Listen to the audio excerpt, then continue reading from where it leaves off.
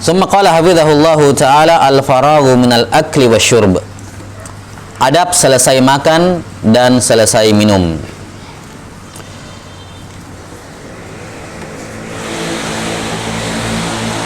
Baik. Maka di sini penulis hafizahullah dalam adab-adab makan dan minum beliau menyebutkan 3 adab secara umum.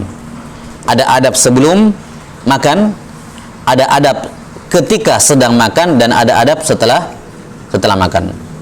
Adab sebelum makan baca basmalah. Adab ketika sedang makan, ini tadi beberapa. Tidak makan dari tengah, makan makanan yang terdekat, ya. Kemudian kalau jatuh diambil, dipungut. Kemudian tidak mencela makanan, dianjurkan afdalnya duduk, ya, ataukah dibolehkan berdiri. Ini termasuk adab-adab yang dilarang bernafas atau meniup pada minuman. Dan ini semuanya adab-adab bersifat sunnah, yakni menyelisihinya hukumnya makruh. Menyelisihinya hukumnya apa? Hukumnya makruh.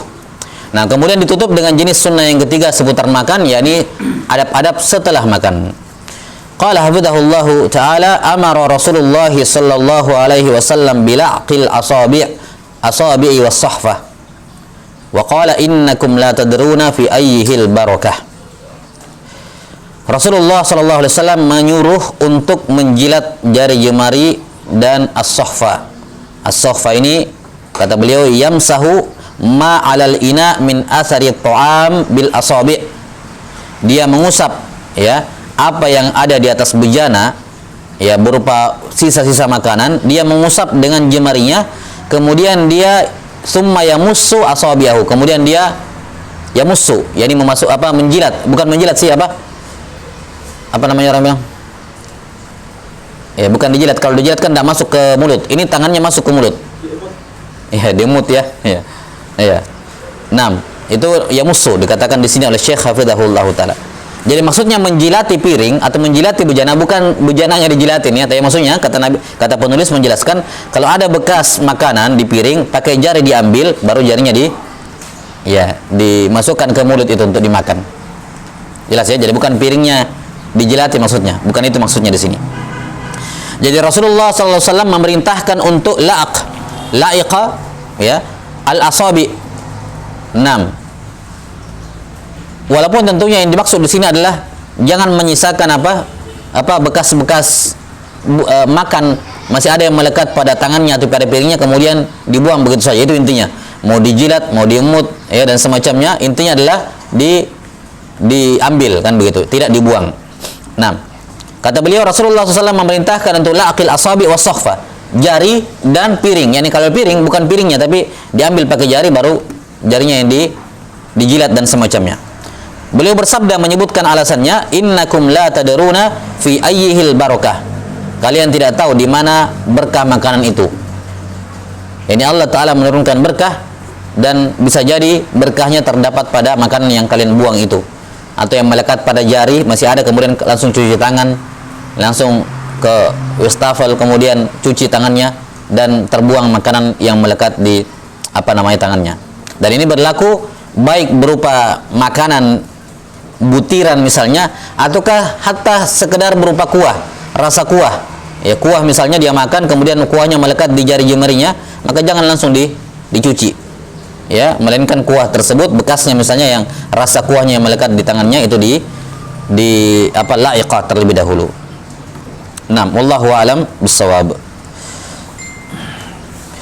Kemudian termasuk dalam kategori ini, ya, kategori menjilat tangan dan semacamnya adalah kalau dia pakai alat makan seperti sendok, ya, ini juga masuk.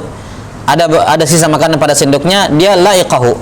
Ya, dia ya, mengambil makanan yang terdapat di sendok tersebut, ya, ataukah di garpu, atau kalau dia pakai pisau makan roti misalnya, kemudian dioleskan, ambil mentega pakai pisau roti itu, kemudian ada bekasnya, maka jangan dibersihkan, diambil dengan jarinya, ya, dan seterusnya.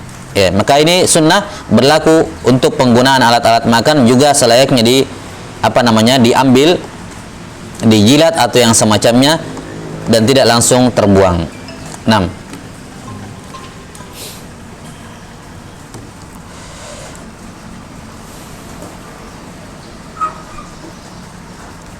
Dan untuk anak-anak kecil ya disunnahkan untuk ya orang tuanya apa namanya membersihkan ya, dia apa namanya nemut jarinya anaknya supaya tidak terbuang nasinya.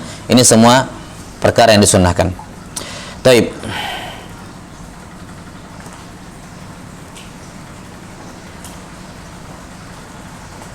Kemudian kata beliau, hafizahullahu taala, qala an-nabiy sallallahu alaihi wasallam, inna Allah la yarda 'anil 'abdi ay ya'kula al-aklata fayahmadahu 'alaiha aw yashraba asy-syarbata fayahmadahu 'alaiha.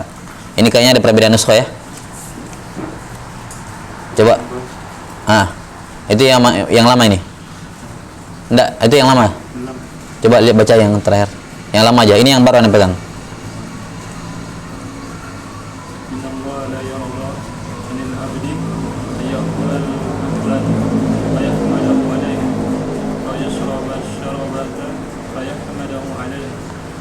Alaiha. Taib sama ya. Seingat saya diulangi ya. Ayahmadal aklata fayahmadahu alaiha.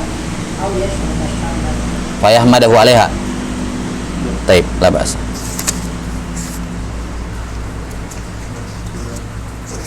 Sama berarti, la ba'as. Iya, kata Nabi sallallahu alaihi wasallam, sesungguhnya Allah taala meridhoi seorang hamba kalau dia selesai makan dia memuji Allah. Ya, dan kalau dia sudah selesai minum maka dia memuji Allah. Ya, dia memuji Allah. Taib. Sudah disebutkan di awal bahwa sunnah makan adalah membaca apa? Basmalah. Ya. Dan tentunya membaca basmalah ini, ya, membaca basmalah ini bukan persuapan, ya, bukan persuapan, bukan pertegukan, tapi satu kali duduk makan. Jelas sampai sini? Satu kali duduk makan. Yani ada orang makan, kemudian setelah itu dia pergi ngambil tambahan makanan, dia datang dia makan lagi, ya sudah, tidak perlu, tidak disunnahkan lagi baca basmalah. Dia sudah baca basmalah di awal. Kecuali kalau dia stop, berhenti total, kemudian dia pergi, kemudian datang balik makan lagi, ya dia dianjurkan baca basmalah. Tapi kalau tidak, sekedar apa namanya beranjak dari tempatnya sebentar kemudian datang, yakni masih ada memang makanan tersisa di makanannya, maka cukup basmalah yang pertama. Jelas sampai sini? Demikian pula hamdalah. Hamdalah ini hanya diucapkan ketika selesai makan. Kalau sekedar pergi sejenak kemudian datang lagi, ya, maka dia belum selesai makan berarti. Maka hamdalah dibaca setelah selesai apa? Setelah selesai makan. 6. Dan ucapan hamdalah, ya, yang paling ringkasnya adalah ucapan alhamdulillah. Ucapan alhamdulillah. Dan yang sudah berlalu di apa namanya? Di zikir-zikir setelah selesai makan, ya, ada beberapa doa yang dianjurkan dibaca. Di antaranya alhamdulillahilladzi kafan, alhamdulillahi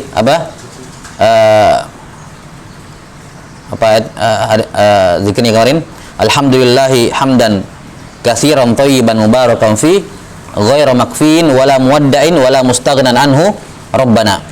Alhamdulillahi hamdan katsiran thayyiban mubarakan fi ghairu makfin wala muwadda'in wala mustaghnan anhu rabbana. Atau alhamdulillahilladzi at'amana wa razaqana wa ja'alana muslimin. Ya, yakni intinya adalah membaca hamdalah dalam bentuk apa saja. Ya, dalam bentuk atau dikatakan alhamdulillahi rabbil alamin, ini juga sudah mencukupi. Nah, ini juga sudah mencukupi. Wallahu taala alam bissawab. Dan di sini terdapat keutamaan mengucapkan hamdalah setelah makan, ya, bahwa dia mendapatkan ridho dari Allah Subhanahu wa taala, dan ini fadlun minallah atau fadlun kabir. Keutamaan yang besar seorang mendapatkan ridho Allah taala yang menjadi sebab seorang masuk ke dalam surga adalah dengan sekedar membaca hamdalah setelah makan dan setelah minum. Taib, wallahu taala alam bissawab.